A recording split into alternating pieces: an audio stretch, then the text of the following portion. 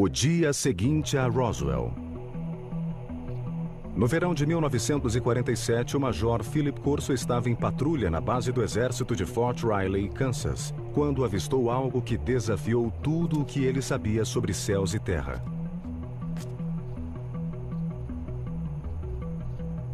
Corso era militar de carreira, um respeitado oficial da inteligência e um comandante da artilharia com acesso a armamento nuclear. Corso jura que viu em um caixote dentro do depósito da base uma forma de vida de outro planeta. Corso publicaria essa e outras revelações em um livro chamado O Dia Seguinte a Roswell, um best-seller do jornal New York Times, publicado em 1997. Em uma das noites de autógrafos, 5 coronéis o procuraram e viram que meu pai estava muito seguro de tudo o que havia escrito. Corso morreu em 1998. Mas o material que ele apresentou em seu livro ainda gera controvérsias. Agora, pela primeira vez, a história completa de sua carreira militar e de suas surpreendentes declarações sobre OVNIs será contada na televisão.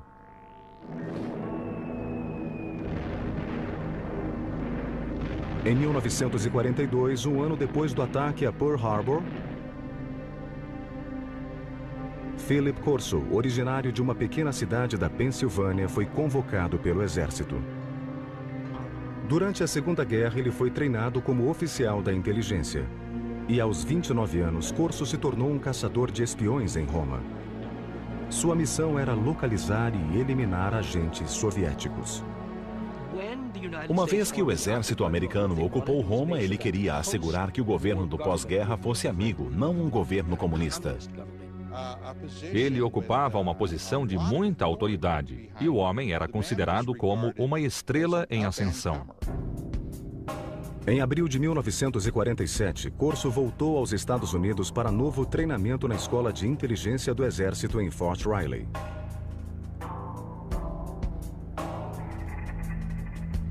Três meses depois, em julho de 1947, aconteceu a fatídica noite do suposto encontro que o abalou profundamente. Corso tinha 32 anos e o desempenho de seu cargo de oficial incluía a responsabilidade pela segurança da base. Naquela noite, Fort Riley fervilhava com os rumores. 5 caminhões contendo escombros da misteriosa aeronave sinistrada em Roswell, Novo México, haviam chegado à base do Kansas. Corso, experimentado oficial do Exército Secreto, ficou intrigado com o fato. Às 23 horas, ele disse ter entrado no armazém onde estavam guardados os escombros. O guarda de plantão disse a Corso que já havia olhado um dos caixotes recém-chegados e que não conseguia entender o que vira. Corso disse então que ele mesmo iria verificar. Ele viu as caixas, que mais pareciam caixões, mas eram pequenas como caixões de crianças. Para entender melhor, ele se aproximou e removeu a cobertura.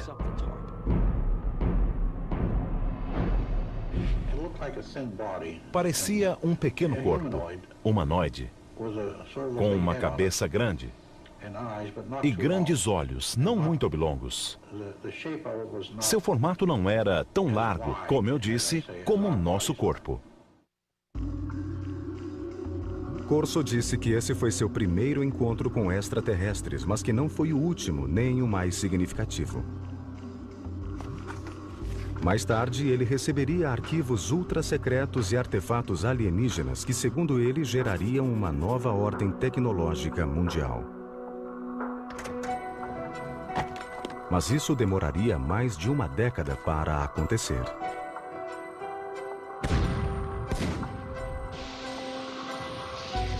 A eclosão da Guerra da Coreia em 1950 deteve as considerações de Philip Corso sobre seres extraterrestres.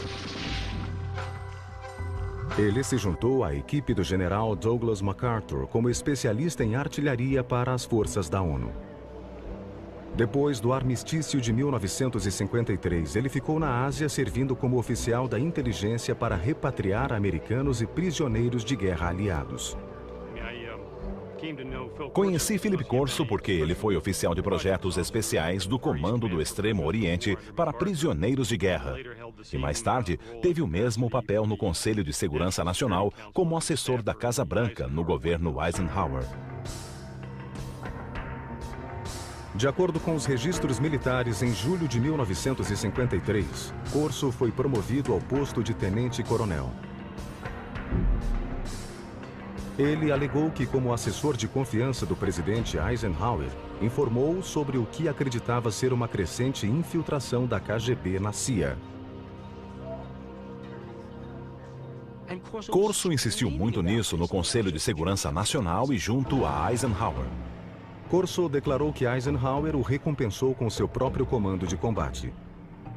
Em 1957, os registros militares confirmam que Corso foi posto no comando de um batalhão de artilharia nas instalações de mísseis de Red Canyon. Em outubro do mesmo ano, Corso ganhou o comando de um batalhão na Alemanha Ocidental, onde desenvolveu novas estratégias de ataque com armas nucleares.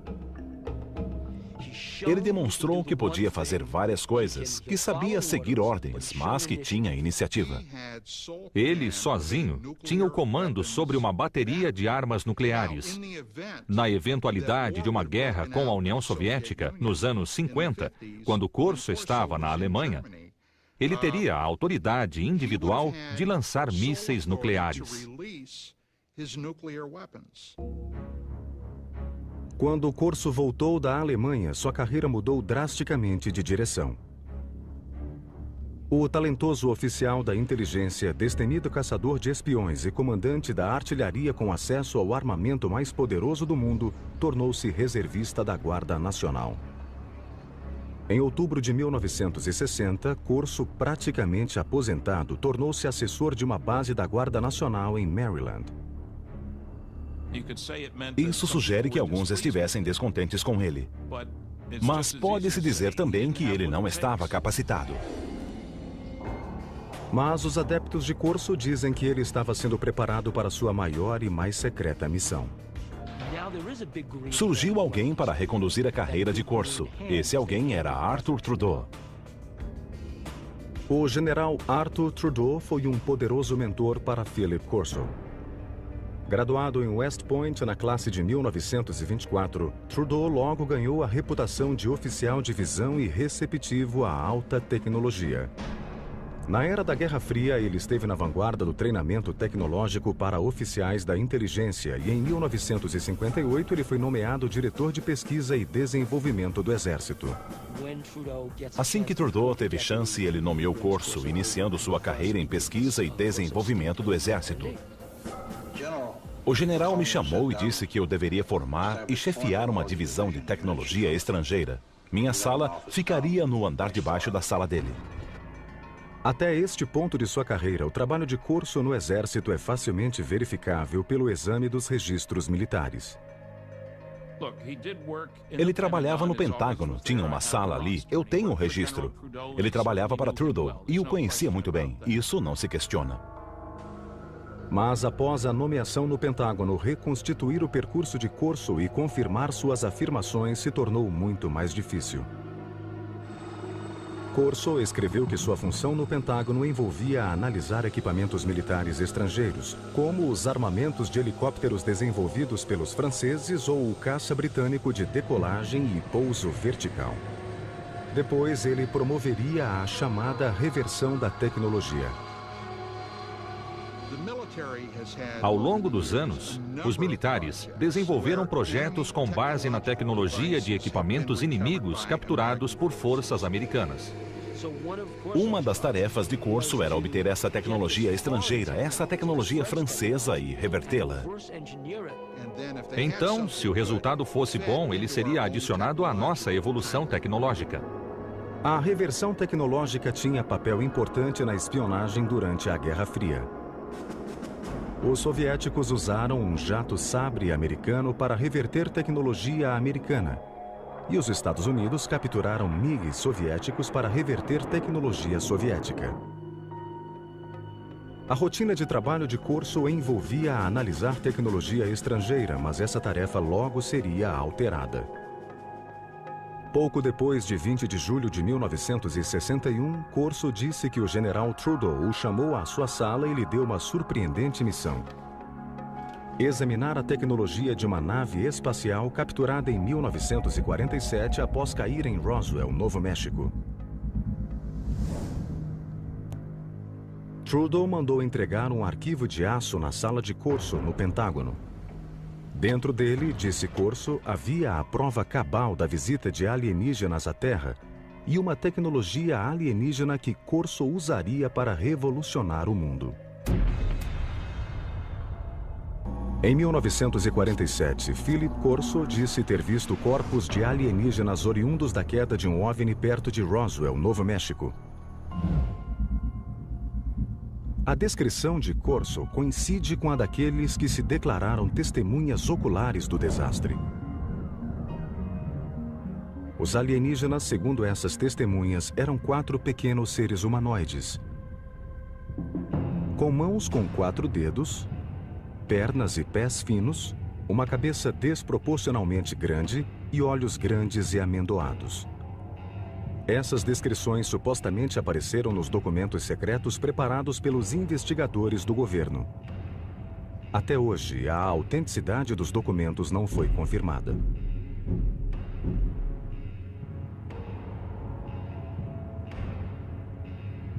Corso insistiu que não havia contado a ninguém o que vira em Fort Riley. Mas no verão de 1961, o tenente-coronel foi designado a um projeto do Pentágono que o forçaria a recordar sua estranha experiência. Ele foi designado para chefiar as pesquisas de desenvolvimento do Exército no Pentágono, novamente um cargo com muita autoridade. Sua meta era colocar a superioridade do Exército americano décadas à frente de seu tempo. Nós tínhamos o conhecimento, nós tínhamos a organização, o dinheiro e os cérebros para isso. E nós o fizemos. Corso disse que durante a Guerra Fria o governo tinha 2 grandes apreensões: que os russos tivessem acesso ao material alienígena e que os alienígenas usassem sua superioridade tecnológica para invadir a Terra. Segundo Corso, um simples arquivo de aço guardava materiais extraordinários recolhidos do desastre de Roswell.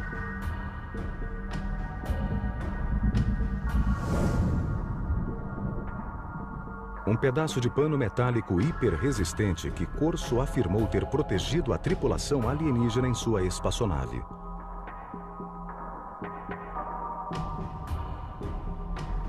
Um tubo que parecia emitir um raio de luz vermelha. Corso imaginava que pudesse ser um instrumento cirúrgico ou uma arma. Uma coroa alienígena que, segundo relatórios militares, pode ter sido usada para transmitir pensamentos ou para controlar a espaçonave. Um conjunto de circuitos impressos em miniatura, talvez um microcircuito pré-fabricado.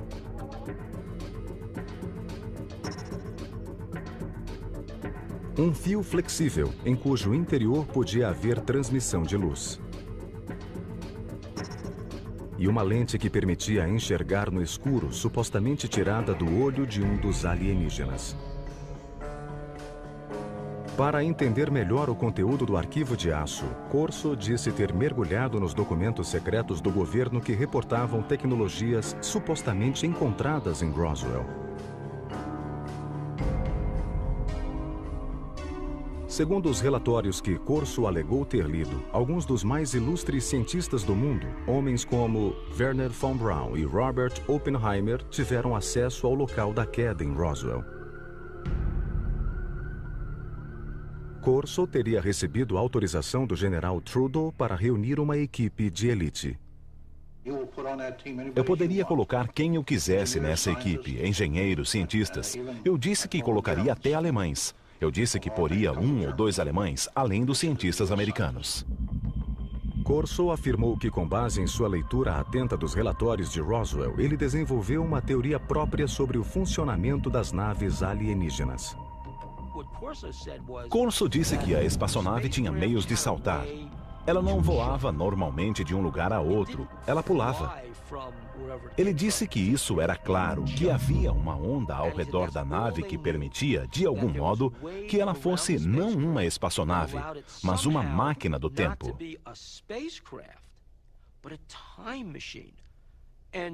A razão disso é que, para viajar às enormes distâncias que a nave viajava, ela devia deixar o que conhecemos em física por contínuo, espaço-tempo. A nave o deixava em um ponto e reaparecia a seguir em outro. As notas pessoais de Corso detalham seus conceitos. Corso especula que a nave era pilotada por uma interface de controle da mente ajustada ao crânio alienígena. Ao comparar a coroa com os desenhos do cérebro dos alienígenas, parece haver pontos de coincidência entre receptores na coroa e partes do cérebro. Com sua pesquisa terminada, Corso se declarou pronto para a próxima fase, a distribuição. Ele passaria a tecnologia alienígena que alega ter recolhido de Roswell a certos fornecedores para seu desenvolvimento. Tentem imaginar o que aconteceria se uma astronave tivesse caído na Terra e contivesse uma tecnologia fabulosa e alguém como Corso a entregasse a laboratórios de pesquisa pedindo que explicassem seu funcionamento. O resultado, segundo Corso, levaria a uma completa reconfiguração das mais avançadas tecnologias do mundo. No início dos anos 60, o poderio militar americano estava direcionado para a Guerra Fria e o tenente-coronel Philip Corso queria trazer a tecnologia alienígena de Roswell para o cenário. No final do verão de 1961, ele afirmou ter contatado laboratórios militares de pesquisa bélica sobre os artefatos alienígenas. Os laboratórios do Exército também tinham cientistas civis em quem confiavam para lidar com materiais secretos.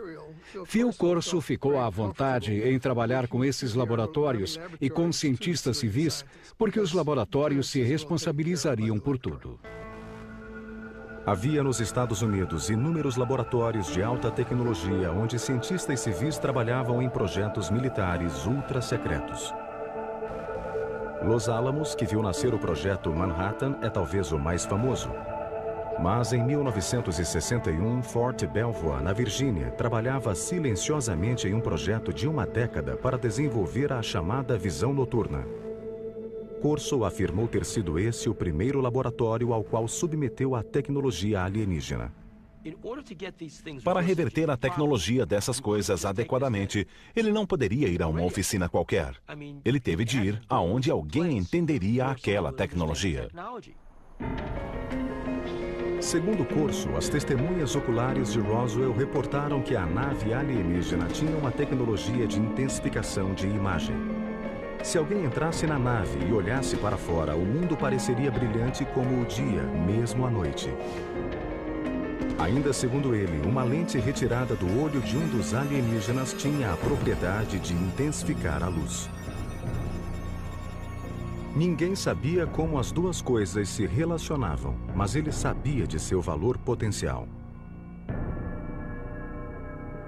No fim do verão de 1961, Corso ajudou os cientistas de Fort Belvoir ao mostrar-lhes a lente alienígena de intensificação da luz e possivelmente outras tecnologias de luz da nave de Roswell.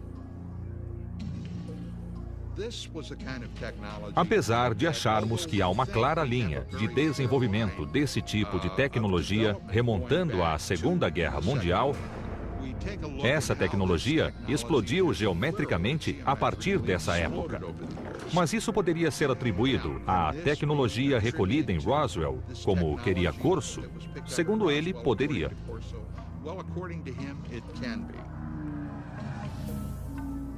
Corso admitiu não ter sido capaz de desenvolver a interface de controle da mente dos alienígenas. A teoria dele é que ela funcionava somente no cérebro deles. Mas esse revés momentâneo, disse ele, não impediu o desenvolvimento de outro artefato de Roswell, um circuito impresso de desenho misterioso. Nós obtivemos também um chip calcinado pequeno, talvez de 2 centímetros quadrados, com 2 fios que saíam e outra pequena incisão com fios. Isso veio de Roswell. Nós não conhecíamos bem a função dos circuitos integrados, mas suspeitávamos que fossem circuitos elétricos. Corso afirmou ter levado os objetos aos laboratórios Bell que haviam desenvolvido os transistores 14 anos antes. Ele disse que os cientistas da Bell puderam analisar e depois recriar o microchip alienígena. O que haveria se algo assim acontecesse? Bem, o que haveria é que em muito pouco tempo o mundo seria radicalmente transformado. Não há dúvida de que depois do desenvolvimento do circuito integrado no início dos anos 60, o mundo se transformou. Aparelhos eletrônicos, de telefones celulares a computadores laptops, se tornaram realidade. Corso alegou que o suposto microchip de Roswell ficou danificado pelo desastre. Mas em seu poder havia outro objeto alienígena, cujo funcionamento parecia perfeito. Através dos relatórios, ele sabia que quando se apontava esse raio, ele causava queimaduras à superfície do objeto visado. Corso disse ter lido nos relatórios militares secretos que o artefato de Roswell, aparentemente capaz de abrir buracos em paredes, era uma espécie de ferramenta de corte, talvez usada em cirurgias. Na Hughes Aircraft do final dos anos 50 ao início dos anos 60, pesquisadores trabalharam no que viria a ser o primeiro aparelho de localização e mira a laser de aviões militares. Os engenheiros encontraram obstáculos na tentativa de criar um aparelho prático. Mas quando Corso mostrou a ferramenta de corte alienígena, os problemas acabaram. O processo se acelerou após 1960 porque as pessoas imaginaram novos modos de fazer lasers. E isso trouxe avanço à ciência e à engenharia. O arquivo de aço de Corso continha ainda outro tesouro vindo de Roswell. Eram tubos de vidro. Eles emitiam luzes de diferentes cores. Eles foram mandados aos laboratórios Bell. A partir disso, deu-se um dos maiores avanços, creio que resultaram na atual fibra óptica. Muitos pesquisadores de OVNIs teorizam que a espaçonave não tinha fiação, porque em seu lugar foram usados cabos de fibra óptica. Transmitir informações através da luz não era uma tecnologia nova. Ela datava da época de um pioneiro do telefone, Alexander Graham Bell, que fez um experimento com um aparelho chamado fotofone em 1880. A maioria das pessoas nunca ouviu falar disso, mas naquela época, cientistas sérios acharam a invenção do fotofone mais impressionante do que a do telefone.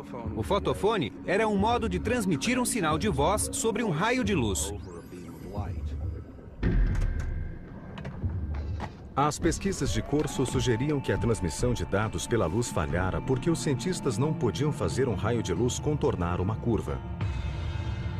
Mas Corso afirmava que o artefato de Roswell podia conter a resposta. Eles viram aquela primeira fibra de vidro, surpresos de a luz fazer uma curva. Como a luz podia fazer uma curva? Depois concluíram que a razão era porque a fibra estava encapada. A capa foi a descoberta-chave para fazer as fibras ópticas funcionar. Apesar de a fibra óptica só ser usada em larga escala nos anos 70, pesquisadores de OVNIs acreditam que a capa do artefato alienígena, uma cobertura externa que conduzia a luz pela fibra, tornou possível o avanço dessa tecnologia na Terra. Corso também disse ter examinado curiosas fibras superfortes que os relatórios militares dizem vir dos uniformes de voo dos alienígenas. O que me surpreendeu naquele tecido foi a trama, que não se podia cortar nem com uma navalha. Mas eram fibras.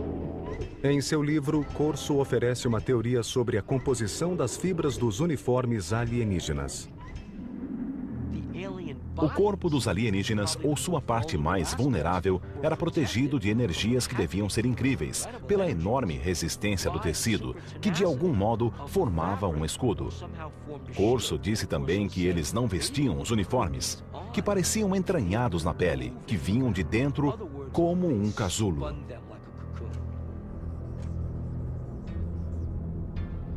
Segundo Corso, ele se perguntou se essas superfibras poderiam se transformar em um escudo à prova de balas para uso policial e militar. Corso disse que o exército tentou levar o tecido à Universidade do Colorado para tentar reproduzir essa tecnologia. Os anos 60 viram grandes avanços em tecidos hiperresistentes com a tecnologia dos polímeros, um tipo de molécula que Corso disse estar presente no tecido alienígena. Em 1965 foi inventado o Kevlar, tecido que seria usado em coletes à prova de bala. Outra evidência, segundo Corso, do impacto da tecnologia alienígena. Não há como negar que o período em que Corso trabalhou no Pentágono coincide com um período de rápido crescimento tecnológico dos Estados Unidos. Os defensores de Corso dizem que a tecnologia alienígena teve seu papel, mas outros veem as coisas de modo muito diferente. Em seu best-seller, O Dia Depois de Roswell, o tenente-coronel Philip Corso afirmou que a tecnologia alienígena obtida em Roswell foi por ele introduzida na agenda tecnológica do exército americano. Mas outros dizem que o salto científico dos anos 60 não foi dado por um herói, e muito menos com a ajuda alienígena. É bom pensar em um herói que nos leva a um novo mundo tecnológico aprendido com discos voadores. Parece ótimo. Mas eu trabalhei em muitos campos de pesquisa e desenvolvimento e sei que não é assim que funciona. Em um programa de avião com propulsão nuclear, empregamos 3.500 pessoas, 1.100 engenheiros e cientistas e gastamos $100 milhões por ano. Esse foi o esforço necessário para desenvolver uma nova tecnologia, e isso em moeda de 1958. Corso disse que o laser saltou da teoria à prática depois que cientistas examinaram um apetrecho encontrado nos destroços de Roswell. Mas para historiadores científicos isso é ficção científica. O laser é um bom exemplo de uma invenção que não teve um só momento de eureka, onde alguém tem uma súbita inspiração brilhante, sai correndo para o laboratório e 15 minutos depois volta com uma invenção, um laser. O laser começou em 1951, quando um físico da Universidade de Colômbia fazia uma caminhada em Washington. Esse físico era Charles Townes. Me levantei cedo, preocupado, pensando em por que não tínhamos chegado a nada. Bem antes do café, saí e fui caminhar pelo parque. De repente, pensei, nós podemos ter um conjunto de moléculas em supermovimento pelo excesso de energia. Escrevi os números para ver como eu poderia fazer isso oscilar. Ele levou 2 anos e $50 mil de financiamento do governo antes de aparecer com o primeiríssimo laser de micro-ondas, que mal funcionava. O primeiro aparelho de laser usava micro-ondas e não luz. A versão que emitia luz só funcionou em 1960, 9 anos depois de o professor Townes escrever suas notas. Isso não foi um salto com a ajuda de alienígenas. Não, alienígenas não tiveram nada a ver com a tecnologia do laser. E que eu saiba, até agora, alienígenas não nos trouxeram novas informações. O desenvolvimento do laser foi lento e gradual, mas o do circuito integrado foi muito rápido. Os maiores progressos, no entanto, foram feitos pelos cientistas muito depois de Corso se aposentar.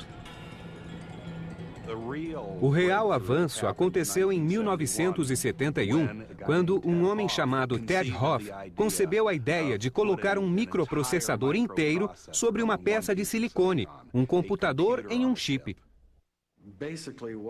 Basicamente, o que acontece em um circuito integrado é que se controla o fluxo de elétrons ou, em alguns casos, a ausência de elétrons. Ted Hoff, conhecido como o arquiteto do microprocessador, começou a trabalhar com circuitos integrados em 1968. Hoff discorda da afirmação de Corso de que um chip alienígena capturado em Roswell antecipou sua concepção aqui na Terra. Em um cenário de desastre deve ter havido danos, e esses danos podem dificultar a análise de um objeto. E mesmo que o objeto não estivesse danificado, seria necessário um contexto. Se você tivesse visto o objeto naquele tempo, mas não tivesse um contexto para ele, ou seja, se não soubesse para que serve, haveria pouca chance de entendê-lo. Hoff também disse que para reverter a tecnologia de um circuito integrado em 1961, como disse Corso, seria necessário ter um microscópio eletrônico que só foi inventado em 1966. Mesmo usando equipamentos de hoje, a resolução de objetos vistos por um microscópio óptico comum não permite que ele seja revelado. É preciso usar algo mais sofisticado. Eu não acho que naquele tempo alguém pudesse entender do que se tratava. Philip Corso também declarou que o cabo de fibra óptica alienígena inspirou os cientistas. Mas historiadores científicos não apoiam a afirmação porque a fibra óptica exigiu uma convergência de tecnologias que ocorreram em décadas de desenvolvimento. A ideia se tornou interessante em 1965, quando os lasers já estavam disponíveis e as pessoas perceberam que haveria uso comercial para as fibras ópticas. Então, logo depois, o projeto foi abordado por 3 cientistas inventores da Corning e produziram uma bem-sucedida fibra óptica em 1970. A luz altamente direcional de um laser aumentou a força do sinal. A equipe de pesquisadores da Corning Glass criou uma forma de sílica fundida. Esse material de vidro super puro foi capaz de levar 65.000 vezes mais informação do que um fio de cobre. Isso tornou a fibra óptica comercialmente viável 10 anos depois que Corso alegou ter acelerado a tecnologia. Esse foi o grande feito de Don Keck, de Peter Schultz e de Bob Maurer, quando estavam na Corning, ou seja, criar um modo completamente novo de fazer vidro. Corso também declarou ter inspirado um salto na tecnologia de ampliação de sinal de luz. Mas os historiadores científicos dizem que a tecnologia de transformar a noite em dia também levou décadas para acontecer. O progresso foi tão gradual que remonta à década de 40, quando radares de intensificação de imagens foram usados pelos aliados na Guerra do Pacífico. O primeiro equipamento de visão noturna usava imagens térmicas. Desenvolvido pelos alemães na Segunda Guerra, ele tornava a energia calorífica em um espectro visível, usando luz infravermelha e um receptor. No início dos anos 60, William Spicer, um pesquisador do Departamento de Defesa, criou a tecnologia de intensificação de imagens. Os cientistas de Fort Belvoir usaram o trabalho dele como ponto de partida. A intensificação de imagens não requer luz adicional. Funcionando como um rádio que recebe ondas curtas, ela amplifica a luz existente. Os intensificadores de imagem atuais são tão pequenos que podem ser usados em óculos e podem amplificar a luz 35.000 vezes. Cientistas sugerem que se Corso realmente mostrou um amplificador de imagens aos pesquisadores nos anos 60, isso de pouco serviu para acelerar o progresso da tecnologia. A engenharia que se exigia progrediu muito lentamente. Fazer a visão noturna funcionar dependia em grande parte de uma engenharia espetacular. Finalmente, segundo peritos científicos, as superfibras de Corso não vieram de uniformes espaciais alienígenas, mas de anos de pesquisas de uma cientista chamada Stephanie Kuolek, que trabalhou para a empresa DuPont. Ela aprendeu a organizar cadeias superfortes de átomos em 1965 e em 1971 o Kevlar chegou ao mercado. A teoria de que algo como o Kevlar veio de um disco voador me parece desrespeitosa para com alguém como Stephanie Kuolek, que despendeu enormes esforços, anos de sua vida, uma tremenda dedicação e capacidade mental para desvendar os segredos da natureza. No entanto, alguns céticos insistem que o tenente-coronel Corso simplesmente não tinha a bagagem técnica para conduzir um programa de engenharia reversa. Eu li algo que ele escrevera anos antes e achei muito pouco técnico. Trabalhei na General Electric, Westinghouse, General Motors, TRW Systems, McDonnell Douglas, sempre com muitos técnicos. Eu mesmo sou físico. Eu não vi nada no que Corso escreveu que mostrasse que ele tivesse conhecimento, habilidade, talento, coisas básicas, para tratar dessas questões e realizá-las. Para isso, Corso tinha uma resposta. Alegava que sua equipe de cientistas de elite o ajudou a interpretar os objetos de Roswell. Eu não tive treinamento científico algum e tudo era muito técnico. Mas os cientistas alemães estavam lá. Eu conhecia von Braun e Hermann Oberth, que era um dos que diziam que nós fomos ajudados, mas não podíamos dizer nada para proteger o orçamento e a organização. Para os céticos, há ainda o aspecto da patente de Corso. Um tenente-coronel, dizem alguns, não comandaria as coisas que Corso alegava comandar. Eu acho que uma indicação de seu valor para os militares estaria no fato de ele não ser coronel, apesar de todos os anos de serviço. Mas outros endossam as afirmações de Corso, em especial os que dizem conhecer bem os métodos do exército americano. Naquele tempo, um tenente-coronel tinha muito mais autoridade e posição do que hoje em dia. E mesmo hoje, há tenentes-coronéis que sabem muito de táticas importantes e até de planejamento estratégico e operacional. Todos os fornecedores militares com quem Corso disse ter trabalhado negaram qualquer envolvimento com tecnologias alienígenas ou qualquer impulso dado por elas. Não há memorandos, diretivas ou papéis de trabalho que corroborem as afirmações de Corso sobre levar a cabo qualquer reversão de tecnologia alienígena. Mas quem apoia Corso diz que não há papéis por uma razão muito simples.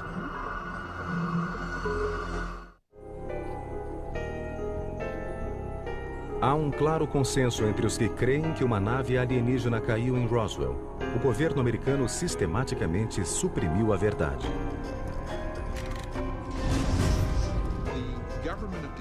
O governo dos Estados Unidos, bem como outros pelo mundo, fez de tudo para manter a questão envolta em grande segredo, sob um manto de mistério.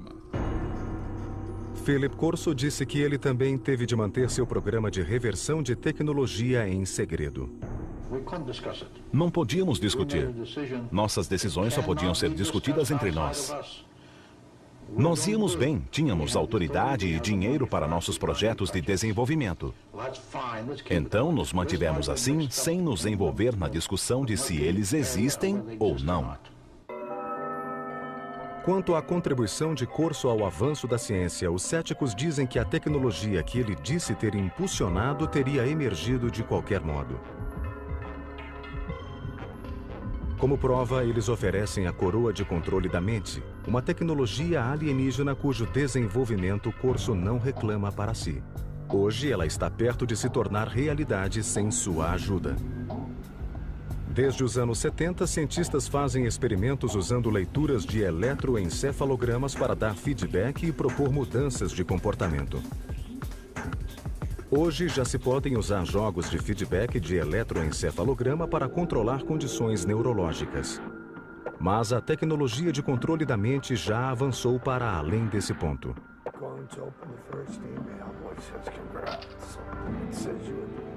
Em 2004, pesquisadores receberam aprovação do FDA para testar implantes cerebrais destinados a permitir que pessoas deficientes controlem um computador usando o pensamento.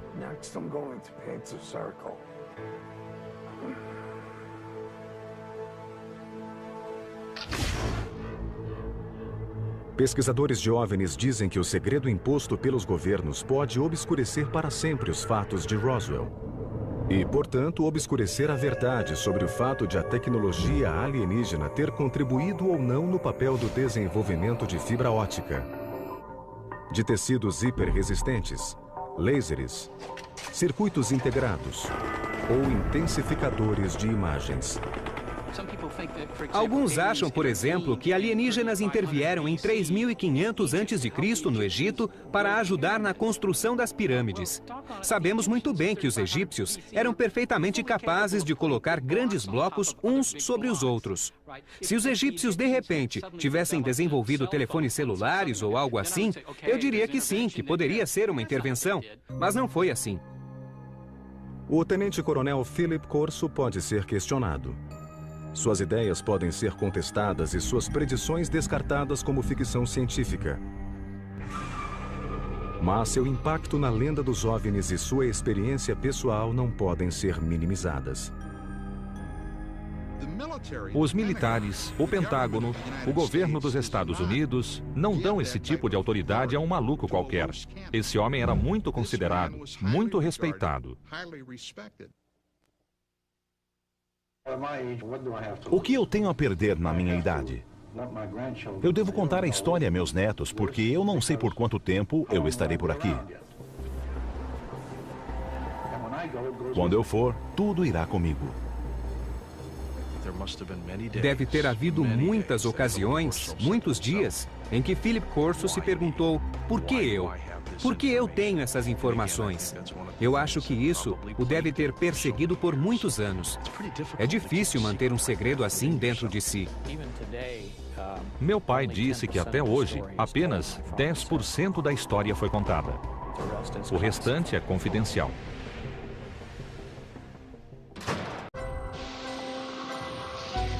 A eclosão da Guerra da Coreia em 1950 deteve as considerações de Philip Corso sobre seres extraterrestres. Ele se juntou à equipe do general Douglas MacArthur como especialista em artilharia para as forças da ONU. Depois do armistício de 1953, ele ficou na Ásia servindo como oficial da inteligência para repatriar americanos e prisioneiros de guerra aliados. Conheci Philip Corso porque ele foi oficial de projetos especiais do Comando do Extremo Oriente para prisioneiros de guerra. E mais tarde, teve o mesmo papel no Conselho de Segurança Nacional como assessor da Casa Branca no governo Eisenhower. De acordo com os registros militares, em julho de 1953, Corso foi promovido ao posto de tenente-coronel. Ele alegou que, como assessor de confiança do presidente Eisenhower, informou sobre o que acreditava ser uma crescente infiltração da KGB na CIA. Corso insistiu muito nisso no Conselho de Segurança Nacional e junto a Eisenhower. Corso declarou que Eisenhower o recompensou com seu próprio comando de combate. Em 1957, os registros militares confirmam que Corso foi posto no comando de um batalhão de artilharia nas instalações de mísseis de Red Canyon. Em outubro do mesmo ano, Corso, experimentado oficial do Exército Secreto, ficou intrigado com o fato. Às 23 horas, ele disse ter entrado no armazém onde estavam guardados os escombros. O guarda de plantão disse a Corso que já havia olhado um dos caixotes recém-chegados e que não conseguia entender o que vira. Corso disse então que ele mesmo iria verificar. Ele viu as caixas, que mais pareciam caixões, mas eram pequenas como caixões de crianças. Para entender melhor, ele se aproximou e removeu a cobertura.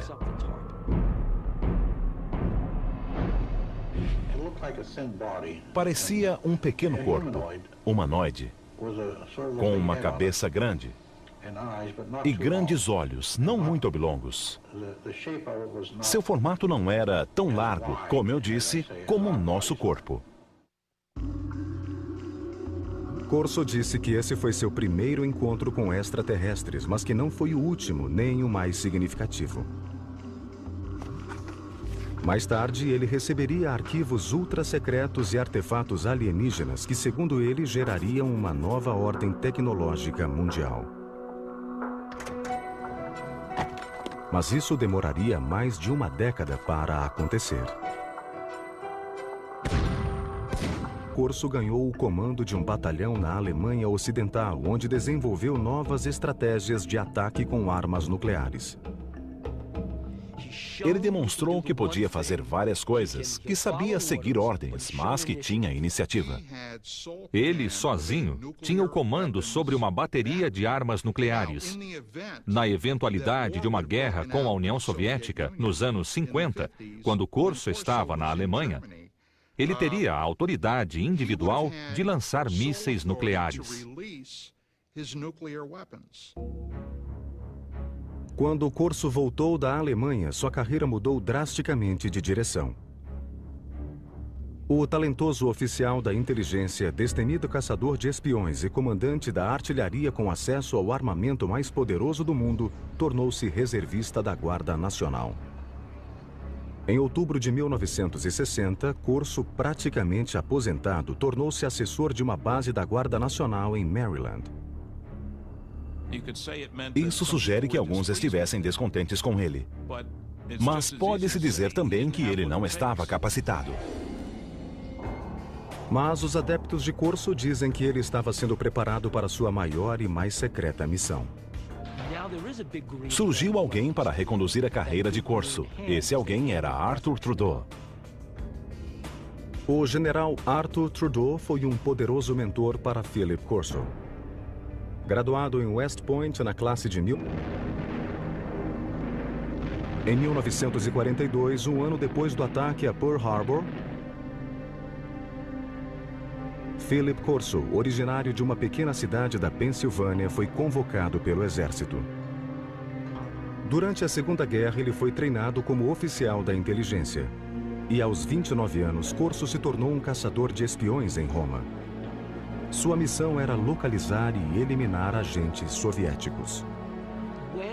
Uma vez que o exército americano ocupou Roma, ele queria assegurar que o governo do pós-guerra fosse amigo, não um governo comunista. Ele ocupava uma posição de muita autoridade e o homem era considerado como uma estrela em ascensão. Em abril de 1947, Corso voltou aos Estados Unidos para novo treinamento na Escola de Inteligência do Exército em Fort Riley.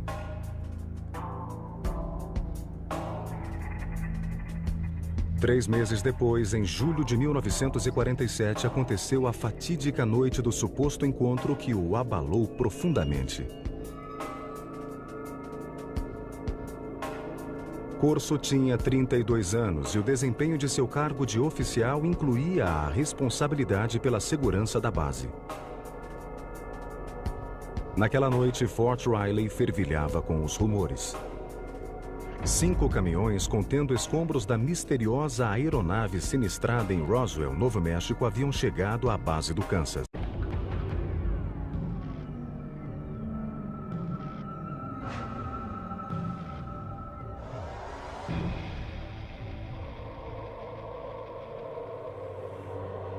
O dia seguinte a Roswell. No verão de 1947, o Major Philip Corso estava em patrulha na base do exército de Fort Riley, Kansas, quando avistou algo que desafiou tudo o que ele sabia sobre céus e terra.